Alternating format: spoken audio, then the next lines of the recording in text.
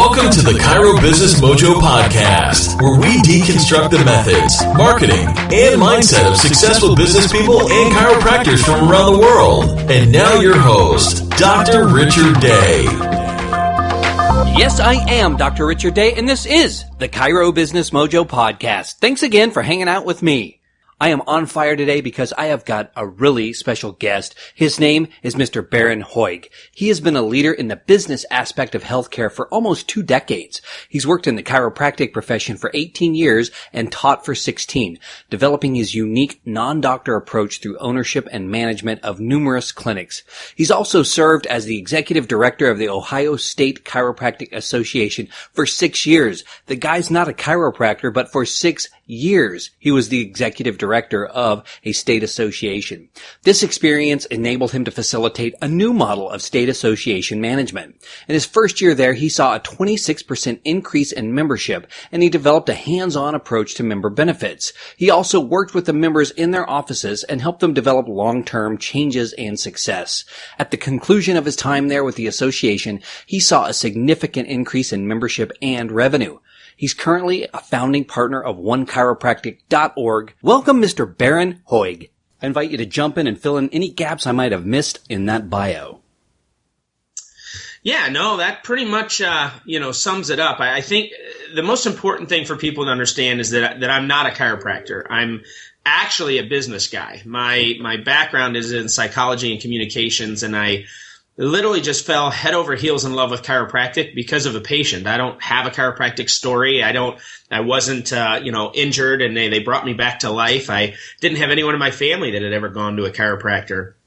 It really was just, I was blown away with what I was seeing before my eyes, and then I became extremely irritated that I didn't know it existed. I was pretty good at football, and in my mind, I felt like, man, maybe my career could have been extended had I been to a chiropractor. Maybe I wouldn't have had the injuries I had, and maybe it wouldn't have stunted my ability to perform, and just got very frustrated and irritated. So as a non-chiropractor, I just fell head over heels in love with something that at the time seemed so simple to me, had such unbelievable effects to people. And that's kind of what sent me on my journey. And almost 20 years now that I've been serving in the chiropractic profession and loving it as much today as I did back in 1997. So it's been a fun journey.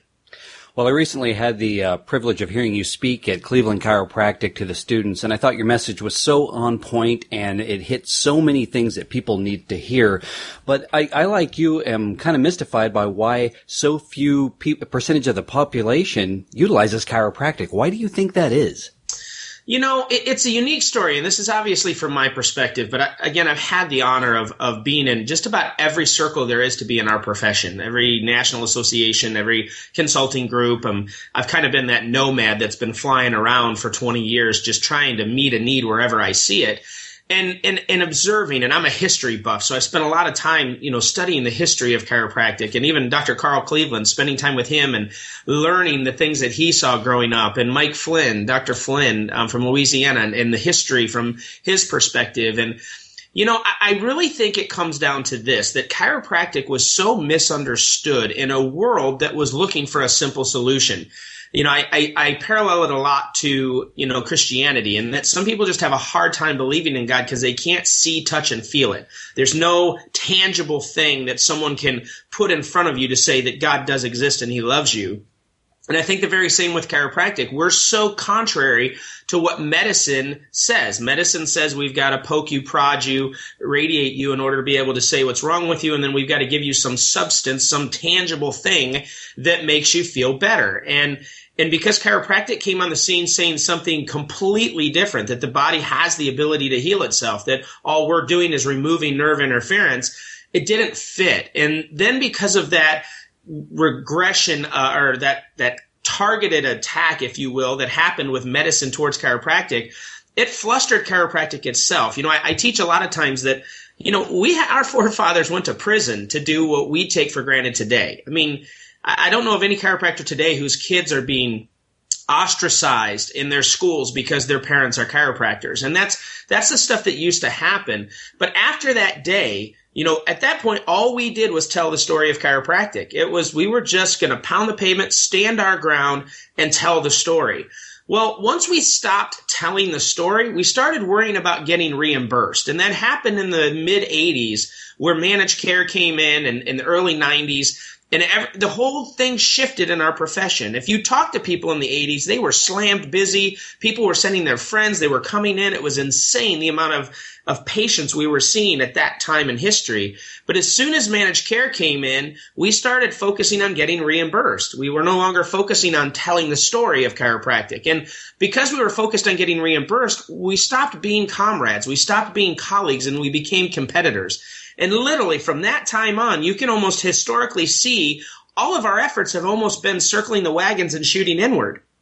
We've turned into the Hatfields and the McCoys, and we're just arguing over dumb stuff. We're arguing over words that nobody can really define.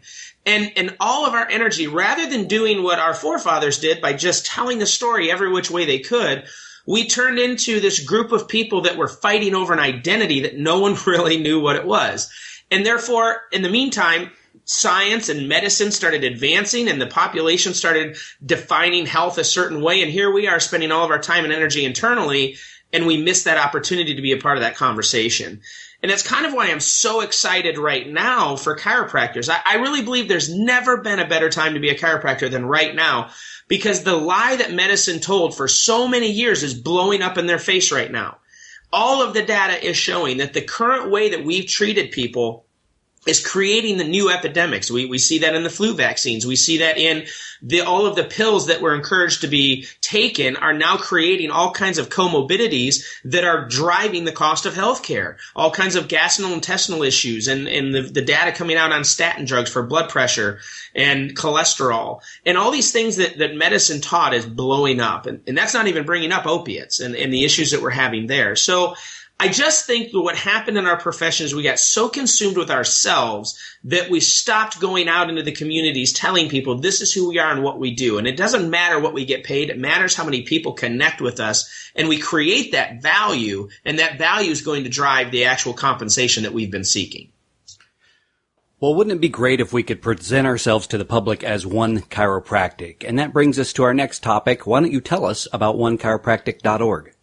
Yeah, so One Chiropractic came about, as you heard in my bio and a little bit about me, I've served in many capacities in the profession, everything from a consultant to running a state association. And during my 6 years with the Ohio State Chiropractic Association, I really spent time getting involved on the national scene, really understanding what it is that the national groups are doing. And from the street level, docs say all the time, I pay my dues, but I don't know what's happening. Nothing's really changing. We're still seeing the same percentage of the population. We're still doing all of these things, and nothing's changing at all.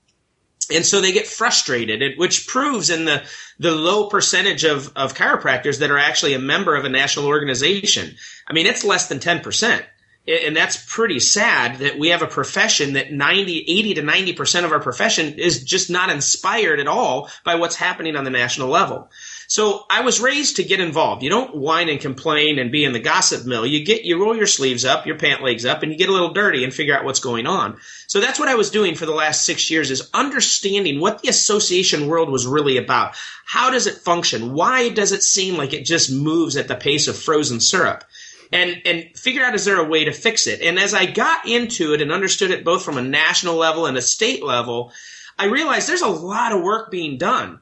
I equate it to something like Men in Black, that, the general population has no clue how many times the world has been saved because they're kept ignorant of what's going on.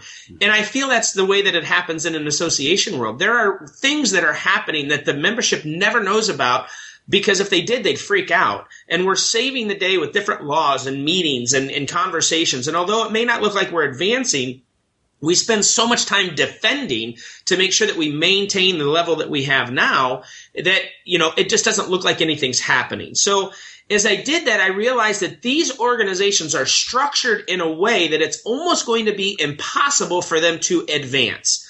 Because one, they don't have the membership, they don't have the financial support, they don't even have the infrastructure, because the pace at which they're able to get things done, they've got to go through all their directors and make sure they have an opinion there. They got to make sure it's congruent with their bylaws. They've got to make sure they have the funding. They've got to make sure they're not irritating a certain segment of their membership. And all of that stuff, although it's appropriate in that world, it stalls everything that happens.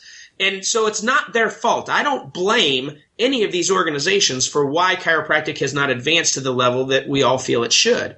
So as I learned all of that information, I said, we have got to develop something that removes the handcuffs to take action when opportunities present themselves. And this is one of the things that we're encouraging those that are partnering with One Chiropractic.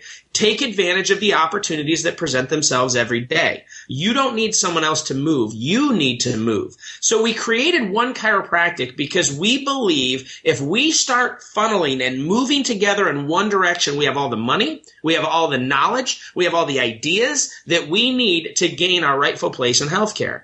But we never do that because we're so scattered, and we have people that are either trying to monetize the idea or people that are trying to take credit for an idea. And both of those, because the core purpose is not on just getting things done, it kills it. It just stalls. So we are a group of people that have said, you know what? We love everybody in our profession. We do have one non-negotiable, and our non-negotiable is that there is no drugs in chiropractic. We will not spend a minute or a penny on anything that changes the scope of chiropractic to include drugs or surgeries. But outside of that, dude, everybody's in. We're not going to sit here and dictate this is what chiropractic should be. We want to say, let's come together. We all agree there are people dying every day. In Ohio, we have 29 people a week dying on opiates and heroin. And I believe with every ounce that I am, and that's a lot of ounces for those of you that don't know me, that, if we would have gotten to those people early on in the pain cycle, we could have dramatically impacted that statistic. I know that's a fact. But yet we're so busy doing all of these other political things that need to be done, but we don't have anybody or a group of people that are just saying, you know what, you guys keep doing what you're doing, you're killing it. We're going to go after all these people that are laying on their sofas whining and complaining about the profession, and we're going to get them inspired. We're going to give them tools and resources and things that get them off the couch into the community telling the story of chiropractic. Next to the gospel, there's not a better story that exists. I mean, literally, the story of chiropractic has no negative side effects. We are doing nothing but restoring. We don't do anything that deteriorates or destroys. We restore. And why wouldn't we want to tell that story? So One Chiropractic is designed to say, you know what? We support and encourage groups like the Foundation for Chiropractic Progress, the ACA, the ICA. We are in love with state associations and COXA. We want to create a movement that brings more people into the system that says we want things done, but we're not encumbered by the political and the financial and all those other restrictions that these organizations have. So our goal is to be focused and driven to accomplish specific things that move the needle for the practicing chiropractor. Our vision for One Chiropractic is simply that we want the healthcare consumer to choose chiropractic as their primary healthcare choice. That's our vision. That's our end goal, is that the healthcare consumer will choose chiropractic as their primary healthcare choice. And when that happens, I think everything else that we kind of argue about goes away. Our secondary goal is that we want to make chiropractors in love with being chiropractors again. In today's world, most chiropractors don't want their children to be chiropractors because they want a better life for them. That just floors me. I'm stoked to say that my 19-year-old daughter is on a path to become a chiropractor, and I cannot think of a better thing in the world for her to do than that. But that is not the global sentiment of our profession. We feel distraught. We feel prejudiced. We feel beaten down, and we want to say, people, look at what you do every day. Look at the healing that happens. It's so normal we forget about the magnitude of the impact we have on a patient. I don't care if you see 2 people a day or 100 people a day. You are changing the world with what you're doing. Get excited about it again. So if we can get chiropractors excited to tell the story, just like our guys did back in the 60s and 70s when they fought hard and went to jail, all they did was tell everybody they met what they did, and it changed an entire culture at that time. Well, we got away from that. And One Chiropractic wants to bring that back, and we want to partner with everybody. We want to bring everybody to the table so we are one profession. One of our taglines is one profession, one purpose, one vision, One Chiropractic. And that's what we're building. Well, that sounds like a phenomenal organization. You know, I've recently been talking to some people who practice in Kentucky, and they tell me that there are 3 competing state associations in that state. And I think, yeah, how can we get anything done when they're bickering back and forth, really fighting for their share of whatever is, you know, the revenue or whatever it is in that state, their perspective. I agree with you wholeheartedly. I really like what you are presenting, and I hope that it resonates with chiropractors and associations alike, because really we have to be able to advance and move out of whatever mindset we've developed. Yeah, and you're 100% right. And I work a lot with the Kentucky Chiropractic Association and their people, because that's just a passion of mine. Going through what I went through in Ohio and reviving and restoring and creating a new vision for the state of Ohio, I've been through those trenches of what it's like when nobody knows what's going on. The really sad thing that's happening in Kentucky and a number of other states like Colorado and other states that have multiple associations, literally it is the Hatfields and the McCoys. It's generations later, and no one even knows what they're fighting about anymore. I mean, literally, when you pin them down and say, what is it that you want? Both of them are like, well, yeah, we want that. It comes down to either identity or finances. You know, it's either monetizing it or taking credit for it. It comes down to the human instinct of being like my way. And those are the things that have stalled our profession. Whatever happened to the idea that I was put on this earth to love and serve others? My job is to make you more successful than me. Because my success only comes when you are more successful. Because it's a copacetic relationship. We then are driven for a similar vision. And that's what we've got to start creating. And that eliminates this idea that I disagree on this one thing, so we need to separate. Why can't we just agree to disagree and then focus on the 90% of the stuff we agree on and actually move the needle? So, yeah, you hit the nail right on the head. It's just time. And, you know, I feel our profession needs leadership. I feel our profession needs bold. I'm the kind of individual that I'd like to think is humble, but I do border on that arrogant, confident borderline there. But I just, I know that I'm put on this earth to love and serve. And sometimes that means I'm willing to say the things that no one else is willing to say. And that's what I'm going to continue to do. As long as my motivation is driven from a biblical and a service perspective, I'm going to tell people what they need to hear. And right now, our profession needs to hear, grow up. Grow up. This isn't about you. It's about your ability to impact the people around you. And when that becomes your motivation, watch what God does. Watch how he opens up opportunities that just blow you out of the water, and everything you thought was impossible becomes possible because it's no longer about you. And that's the message that needs to get out there. And that's how we'll become one profession and we can achieve our goals. One of my observations about chiropractors is that we need to get better at communicating our message. And you're involved with a program called Talk the Tick. Why don't you tell us about that? Yeah, so this is such an exciting program. And it wasn't anything that I created or One Chiropractic really had a part of. But, one of the things that is my skill set is I can take an idea and I can build it into a sustainable model. So many people have great ideas, but they can't just take that idea and turn it into something that actually moves. And so Talk the Tick has been around for 3 or 4 years, and they've had mild success on getting on 2 or 3 campuses. But when I learned about it, I fell in love with it. I just thought, what a perfect idea. So this is the issue. We are graduating chiropractors that don't have a passion for what they do, don't really adjust very well because there's no confidence in what they're doing. And they sure as heck don't know how to talk about it. And so my vision, just like pediatric chiropractic, is imagine if we can take an entire generation and we focus on it like children. Let's just say we take a concerted effort that we are going to make sure that everyone under the age of 8 is adjusted everywhere across this world. Do you know what happens in 20, 30 years? You have an entire world that knows nothing other than going to a chiropractor because that's what I've been doing since I was a child. I mean, we literally can eradicate the prejudice of our day by focusing on the youth and getting them to understand chiropractic so they don't know any different. It's normal after the football game on Friday to go to the chiropractor on Monday. It's just what we do. It's normal to have a chiropractor in our locker room. These are things that didn't happen over the last 30 years, and so we're dealing with those prejudice now because of the lies that we're told. So Talk the Tick is very similar in that manner. What if we could get to the future generations of chiropractors before they get into the field and mentor them on how to communicate the message of chiropractic? So it's a competition. It's an American Idol style competition where each school will have a local competition with their students where they have to give a 5-minute or less presentation on chiropractic. But it's not just a presentation. You can't give me the history of chiropractic. The presentation has to be driven in the way that the listener is now motivated to do something. So your talk has to be either come into my office, go tell others, did you know? So it's got to be driven to cause action to the listener. And so these students are competing, and the winner of the school will then go to a national competition, and we'll have, school against school with their champion, who will be the Talk the Tick winner of the year, and we'll do it annually. There is a pretty good cash prize for those that win the national competition. Those that win their local, their schools are sponsoring them for an all-expense-paid trip to wherever the national event is. The other great thing that's happening with this is the person that wins the national competition, we've connected with people like Parker Experience in Florida, the FCA national event, and they're going to allow these winners to actually have stage time at one of these huge national events where we can also inspire our current docs to hear what the future generation is saying about our profession.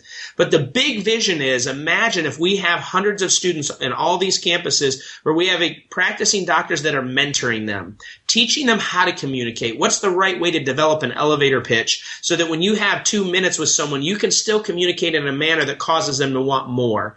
And so it's not just, hey, you're on your own, do a presentation, and whoever naturally has a gift to talk wins. This is actually, we're connecting practicing chiropractors with their alma maters, guys that have really developed a great ability to communicate. People like Brad Glowacki, people like Bill Esteb, Jason Deitch, James Chestnut. These are people that are willing to come in and say, yeah, man, we'd love to just serve and give of our talents to these kids so that when they graduate, they're ready to rock and roll. And how awesome would it be for a field doctor to be able to know that they're hiring an associate that was a part of the Talk the Tick program and they've already been trained in how to communicate chiropractic? I mean, it literally just creates an amazing ripple effect to make sure that we're communicating who we are and what we do the appropriate way. So it's just been an awesome program. It's fairly new for One Chiropractic to kind of take this under our wing and drive it. We're super excited about next year as we're developing more in-depth programs and more resources for the students. But so far the excitement and the involvement on the campuses has been pretty cool. But we're just hoping that docs will get re-engaged with their alma mater and start pouring into these future chiropractors so that we can make sure that our profession continues to grow with the future people out practicing.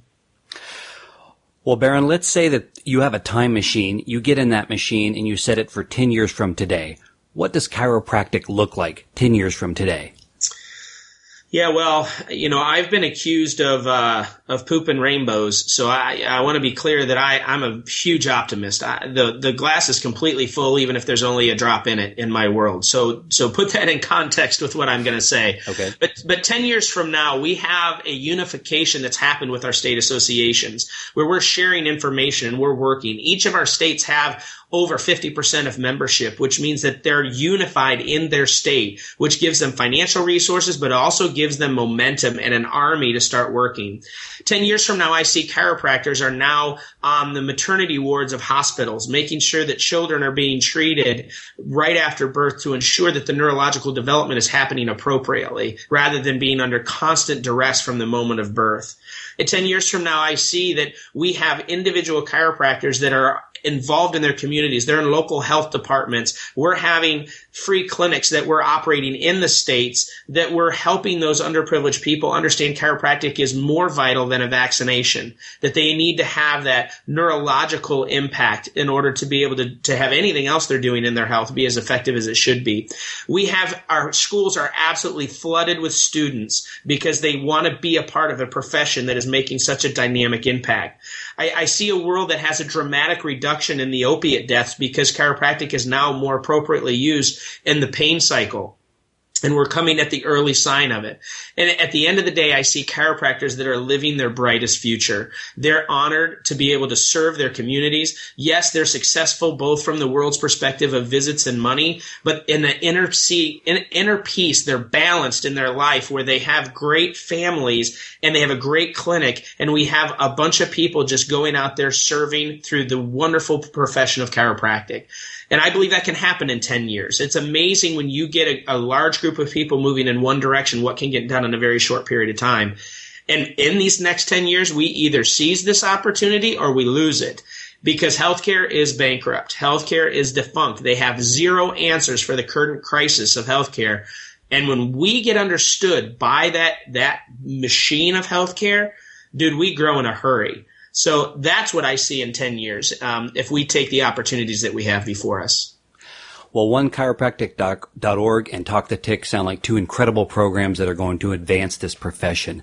What I'd like to do now is take it down to the smaller level, to the solo practitioner level, for the guy who's out there and has been in practice for a while and is maybe stuck, or even the new graduate who's just starting out and is trying to get going. What are some of the things you recommend chiropractors do to really grow their practice? I know with OSCA, you grew that membership quite a bit. What recommendations do you have? You know, at the end of the day, people need to be inspired. And our profession doesn't do a very good job of that. We fling around negativity like it's oxygen. I mean, look at our chiropractic magazines. It's all about compliance. It's all about reimbursement. It's all about audits. It's all about fear, fear, fear. And that comes naturally because human beings are typically, that's what they focus on. We're always worst case scenario. And, you know, what I was able to do with the OSCA, I mean, we grew our membership from just under 320 to over 1,100 members in 3 years. So we had, you know, pretty substantial growth. But it came by me going out there and painting a vision of hope, but being a leader, making strong statements and strong promises and then delivering on them. And it got people to believe, holy cow, you know, this is something worth fighting for. I forgot about how beautiful this is. You know, and it's funny with the partners, those that contribute with One Chiropractic and participate in the things that we're doing. Every Monday, I send them about a 5 to 7 minute video of me just telling them what's on my heart and the things that we're doing, both with One Chiropractic and also just in the profession as a whole. And then I challenge them every week. This is your challenge this week that I want you to focus on that moves the needle. And, you know, it's funny. I just released one this morning to our partners, and it was 100% about falling back in love with being a chiropractor. You will never talk about something you're not excited about. You just don't. But it's organic when you're excited about it. I mean, you go to a movie that was awesome. You can't help but talk about it. It's not like you think every time you see someone, remember, I've got to tell them how great the movie was. It just happens organically because you're excited about it. Or you had a wonderful meal. Or someone did something really nice for you. It's just organic. It comes out of you without you even expecting it. We have got to get back to that point where we absolutely love being chiropractors, doing what we get to do every day. We need to cling to that one or two things that happen in the day that just remind us this is why we do what we do. Instead, we focus on we didn't make enough money, we didn't see enough patients, who missed their appointments, what staff member isn't doing what they should be doing. You know, I challenge the people that I work with as well. When you have your staff meetings, which a lot of people don't, and you should, but when you have your staff meeting, what do you spend your time talking about? Are you educating your staff on chiropractic and the power of what you're doing and how that impact and why they need to be treated more frequently? I was teaching a seminar this weekend with about 30 people, helping them with care plans. And it was funny how many people said, I don't even really know why I would recommend someone being seen once a week. That just seems like overtreatment.